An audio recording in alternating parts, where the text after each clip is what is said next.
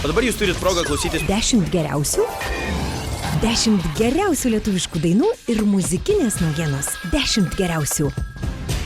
Sveiki, gerbėmieji, tiesiog su vėjeliu prabėgo dar viena savaitė ir aš, Vytautas, sveikinuosi čia FM99 studijoje. Netaip seniai kalbėjom mes su atlikėja Freja Alley ir dabar vėl galiu su jie pasisveikinti, nes pristatyta nauja daina. Tai sveiki. Sveiki. Kaip gyvena ir kaip atlikėja, ir kaip paprastas žmogus Freja Alley? Tai gyvena, čia taip išskyrėt kaip charakterį. Gyvenu gerai, labai ačiū. Tikiuosi, kad jūs irgi gerai gyvenat. Na, pas mus aš iš karto pasakysiu, kodėl taip išskiriau. Vis tiek menininkai yra tokie įdomesni žmonės, o va šiandien kaip tik teko skaityti, aišku, tai čia yra labai gal nevykęs sugretinimas ir netinkantis, kaip ten viena ta influencerė, įtakotoja, įtakos darytoja buvo susituokusi su savimi ir po to išsiskyrė, nes nesutapo charakteriai. Tai, žinot, galvoju, kai gal meno žmonės irgi kartais būna, žinot, jie būna vienokie, kai reikia tą kūrybą, vis dėlto ją netaip lengva yra vėl vesti, greičiausiai, kaip bebūtų kūryba, kaip ten sakoma, per kančias į žvaigždės. Ar yra tame beje posakyje kažkiek tiesos? Per kančias į žvaigždės, kažkaip aš bandau galvoti labiau pozityviai, kad galbūt mes renkamės tą kelią. Ne? Ir jeigu mes pasirenkam, kad per kančias kažkur eiti, tai mes tų kančių ir gaunam. Na, čia kaip pati visata dirba ir veikia tiksliau. Tai kažkaip gal aš užaugau su šitą idėją, kad per kančias į žvaigždės. Ir tada pagalvojau vieną dieną, kodėl taip yra. Gal galima tiesiog su daina, su šokiu nueiti tas žvaigždės ir tikrai nereikia jau tiek kentėti. Ir jau gal atėjo ir kiti laikai, kad mums nebereikia kentėti dėl tam tikrų dalykų, kur kentėjo, tarkim, mūsų protėviai ir dar daug metų prieš tai, ar ne? Tai aš kažkaip norėčiau šitą per kančias į žvaigždės pakeisti. Ir kad visiems būtų lengviau pasiekti svajonių, įvykdyti darbus. Nes kažkaip labai, nežinau, negatyviai nuteikia. Ir atrodo, tai per kančias į tas žvaigždės dabar tą akmenį sunku ridenti. O kaip tik, nežinau, aš tikiu, kad ir muzika, ar jinai liūdna, ar jinai linksma, jinai vis tiek pakyli kažkaip nuotaika, ar ne? Na, aš vienareikšmiškai sutinku, kad muzika yra tai, kas kartais padeda tikrai rasti užuovėją. Tai aš įsivaizduoju, kad Freja Alley tikrai nesikankina, nes kiek prabėgo laiko nuo dainos Medus iki štai nieko kito? Kokie 3 mėnesiai, aš Medų išleidau birželį. Na, tai visą vasarą prabėgo, padainavau visokiuose festivaliuose, renginiuose ir atėjo rudenėlis, kur aš gyvenu Londone, tai pas mus tikrai ruduo, aš žinau, kad Lietuvoje jūs dar tenais džiaugiatės vasaros, dar tokiais paskutiniais atgarsiais. Ir galvoju, atėjo ruduo, viskas, reikia leisti naują dainą ir vėl smagu su Vytautu pakalbėti. Kitaip jūs mane paskambinat, paplepėti. Na taip, prisipažinsiu, kad tikrai taip, nepaskambinu kitaip. Tai aš suprantu, kad ruduo tiesiog padiktavo štai šią dainą. Ar kažkas dar? Vis tiek aš ją, natūralu, aš ją parašiau anksčiau, šiek tiek anksčiau. Ir manau, kad ne tik tai pagal tuos mėnesius ar ne, ar sezonus mes čia gyvenam, bet kažkiek tai duoda gal įtakos.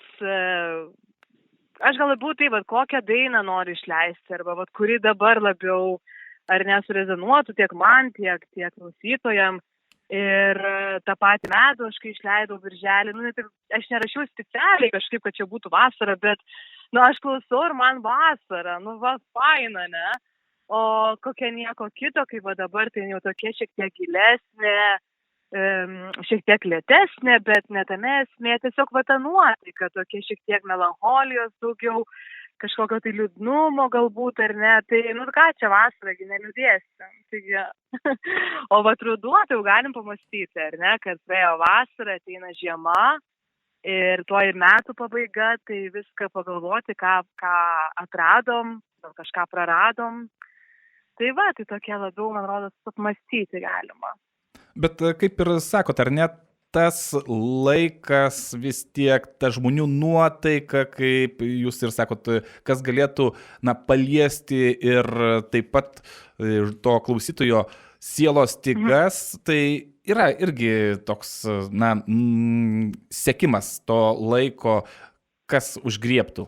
Aš manau, tai šiaip ir aš labai daug domėjausi panašiom temom ir domiuosi, tai aš galiu pasakyti tik tiek, kad mano nuomonė, tai mes ir esam gamta ir mes esam kažkokie atskiri, kur kažkaip atskirai veikiam, o visas pasaulis ten savo. Ateina ruduo, žiema, vasara, o mes kaip norim būti tai vasaroje, amžinai taip ir norim, kaip pavyzdys.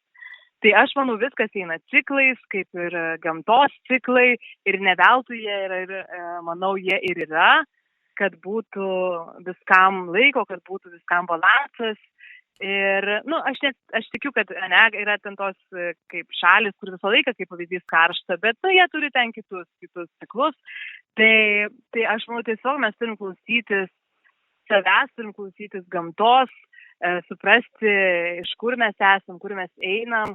Ir tada galim ir save labiau suprasti. Ir tai, manau, čia labai natūralu, tik tai mes gal buvom pamiršę arba mūsų niekas tokių dalykų nemokė, kaip pavyzdys, ar ne? Taip. Tai čia iš tos serijos. Gerai, tada klausiu kitaip. Apie ką ši daina? Nes šiaip labai žodžiai tokie gilūs ir kiekvienam, manau, gali tų asociacijų, prisiminimų begalę sukelt. Tai apie ką? O kaip jums apie ką šitą dainą?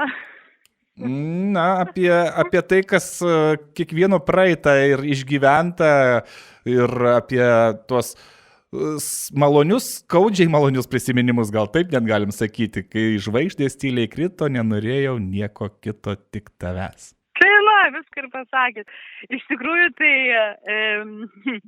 tai žinoma ir manau, kad tikrai labai čia viską kaip ir pasakėt, galiu pridėti tik tai, kad pasakyčiau, taip, bet kartais atrodo gyvenime, vienai planuojam, kažkaip labai kažko norim, ir praeina laikas ir galvojam, kodėl neatsitiko, arba kodėl taip atsitiko, ir tikrai kaip ir nerandam to atsakymo, ar ne, ir ypač jeigu yra meilės reikalai, ar kažkokie skaudus išgyvenimai, ar pirma meilė, ar bet kuri ta meilė.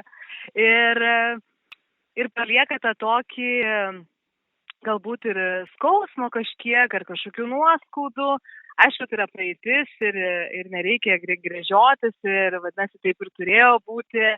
Ir manau, pakankamai dėl to ir tas priedinis, tai neskamba labai tamsiai arba labai liūdnai, ir netgi tas, kai žvaigždės tyliai krito. Tai tarsi toksai, kaip ir liūdna, bet su tuo pačiu, kad mes toliau gyvenam ir meilė niekada nesibaigia, jinai yra visur, visada, tik tai mums reikia tą suprasti ir tiesiog laikyti tuos prisiminimus. Taip kažkaip, ne? Čia apie meilę, jeigu trumpai. Taip, ar lengva meilę išsaugot? Priklauso, manau, kiekvienam skirtingai, kiekviena skirtinga yra istorija, nėragi dviejų, kaip čia pasakyti, vienodų žmonių ar vienodų meilių, ne? Tai čia manau, kad tikrai priklauso nuo labai daug dalykų, tai nėra tokio atsakymo, nebent jūs kitaip galvojat. Ne, aš manau, kad vėlgi kiekvienas gal turi savo atsakymą, man buvo įdomus jūsų atsakymas.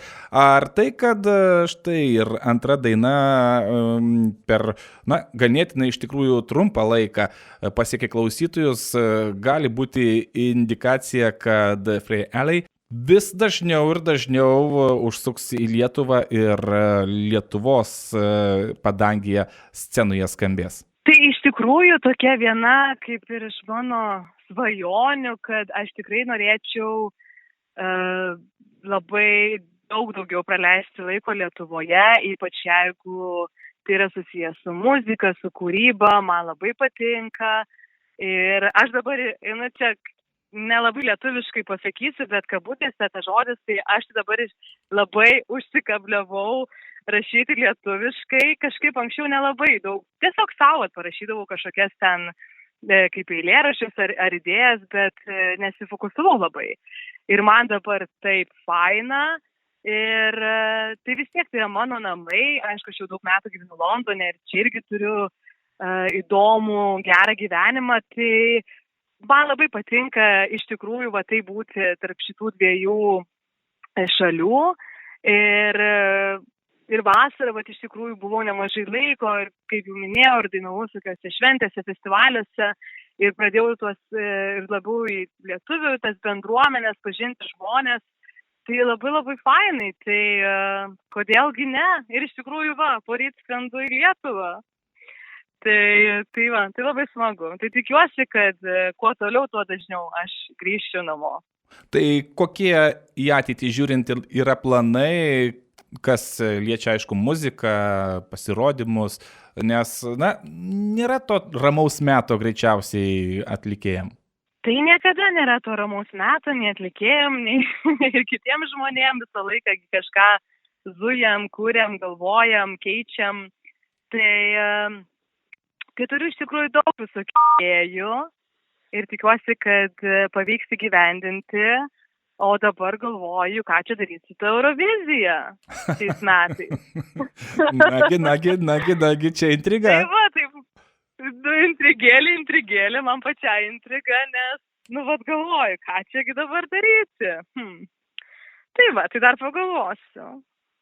Ar šiaip, kai jūs stebit, kaip lietuviai įsitraukia į Euroviziją ir galite, aš manau, puikiai palyginti, kaip anglai, jie ten su tokia ironijos gaidelė viską priima, tai ar šiek tiek yra, kaip čia, gal netinka žodis baisoka, bet tikrai, toks, žinai, kad ateisi ir čia Lietuvoje mes taip išnarstom viską po kauliuką. Ir toks, nelengvas sprendimas gal yra atlikėjam iš tikrųjų eiti ir varžytis, nes žinai, kad kaip krepšinį viską galim išnarstyti ir pasakyti, kaip reikia žaisti, taip ir Eurovizijoje galim drąsiai kiekvieno paklausti ir pasakys, kokia daina, koks turi būti pasirodymas, kad laimėtume, bet kažkaip vis nepavyksta ir nepavyksta. Tai ar tai šiek tiek atbaido? Visą laiką, kaip pasakyti, tokie dalykai kažkiek nusukelia tos baimės ar nerimo ir savaime suprantama, neini ten kažkur dainuoti. Taip, padainuosi ir ten ar geriau, ar blogiau, kaip bus, tai vis laik Eurovizija arba panašus renginiai. Jie vis tiek, tu nori ir nenori, ir tas jaudulys, ir aš kaip ir minėjau, kaip dalyvau, šiemet, bet kaip ir pernai Eurovizijoje, atrankoj, tai ten, sakau, buvo tiek jausmų, kur aš gyvenime nesu jautus ir galvoju, kas čia vyksta. Taigi, tikrai visokių kyla, nepaaiškinamų tenais tų iš vis minčių ir jausmų, tai aš manau, kad tai yra labai geras toksai kaip šaltas dušas atlikėjui. Ir tikrai nemanau, kad ten, esmė, kaip tenais baigėsi, aišku, gal visi nori laimėti, bet iš tikrųjų ten kiek visko įvyksta per tokį trumpą laiką ir kiek tu visko išsiaiškini apie save, apie kitus, kur yra stipriosios kažkokios tai dalys ar savybės, kur silpnos, kur kaip tik reikėtų padirbėti ar ne, tai čia yra tiesiog, kitas žingsnis, kitas lygis, nežinau, planeta. O Anglijoje tai labai fainai, iš tikrųjų, nes aš visiem ir aiškinu, kaip Lietuvoje yra Eurovizija, koks yra svarbus dalykas. Nacionalinis tiesiog. Čia sakau, jūs neįsivaizduojat. Ir tai labai iš tikrųjų smagu man irgi paaiškinti savo ratui ar kolegoms, kad tai yra mums labai svarbus, išskirtinis renginys. Ir iš tikrųjų visi labai sako, kad kaip fainai, sako, pas mus eina, praeina Eurovizija. Aišku, yra irgi didelių fanų, kurie klausosi ir seka ir nuo pat ten pirmų atrankų. Bet aš bandau papasakoti, kad tai yra visiškai fenomenas ir kad mes visi laukiam, visi absoliučiai, ar mes mėgstam ar nemėgstam Euroviziją, mes vis tiek ją žiūrim. O daina jau yra, kurią galvojat, kad gal ir būtų galima su ją kopti į Eurovizijos sceną? Yra tikrai, kad yra. Lietuviška, Tik tai- angliška? Net nesakysiu, jūs viską norite išsiaiškinti. Tai aišku, toks darbas. Tai va, taip. Gerai dirbat, bet aš nepasiduodu taip lengvai. Tai va, dar ir galvoju, kaip čia ką geriau padaryti, kaip pasijaučiu šiais metais ir taip ir bus. Aš manau, kad kas nebando, tas Eurovizijoje ir nesudalyvauja. Palinkėsiu priimtą sprendimą ir gal išgirsim atrankoje nacionalinėje. Visada yra smagu girdėti kuo daugiau atlikėjų, skirtingų pasirodymų. Na ir tai yra tikrai tokia šventė, kuri daug visiems emocijų sukelia. Kągi, aš noriu padėkoti tada už pokalbį, kaip ir visada, palinkėti smagių kūrybinių kančių. Na ir gal netgi galit pasakyti, pavyzdžiui, kur artimiausiu metu bus galima jūs išgirsti jau čia, Lietuvoje, gimtiniai. Tai iš tikrųjų labai noriu ir galvoju padaryti kažkur dar nežinau detalių koncertą Lietuvoje. Labai norėčiau. Tai va, tai iš tikrųjų dabar tą ir bandau čia susimanifestuoti. Tai irgi kviečiu visus nepasididžiuoti ir jeigu kažkas kažką žinot, galvojat, man parašykit. Tai labai būtų smagu iš tikrųjų pasirodyti Lietuvoje jau, be festivalių tai seniai tai buvo. O po kol kas tai įsijunkite FM 99 ir klausykitės nieko kito. Taip. Taip, ir laukiu grįžti poryt į Lietuvą, nors ir neilgam, bet kaip minėjau, turiu daug svajonių, turiu daug norų ir tikiuosi, kad jos išsipildys. To ir palinkėsim, ačiū už pokalbį ir dar kartą smagių tų kūrybinių kančių ir geros mūzos. Ačiū Jums labai, ačiū. Iki malonaus, kalbėjau su Frey Alley, o dabar nieko kito. Klausom. Nebepasakysiu jau. Kur ta vieta, kur neskauda. Aš juk taip neplanavau, kad puls mano siela judra. Kai žvaigždės tyliai krito, nenorėjau nieko kito, tik tavęs. Jau tų žodžių nebeliko, nemylėsiu nieko kito. Ir svajonių nebebus jų, teskamba many tuštuma. Nežinau, kur eit toliau,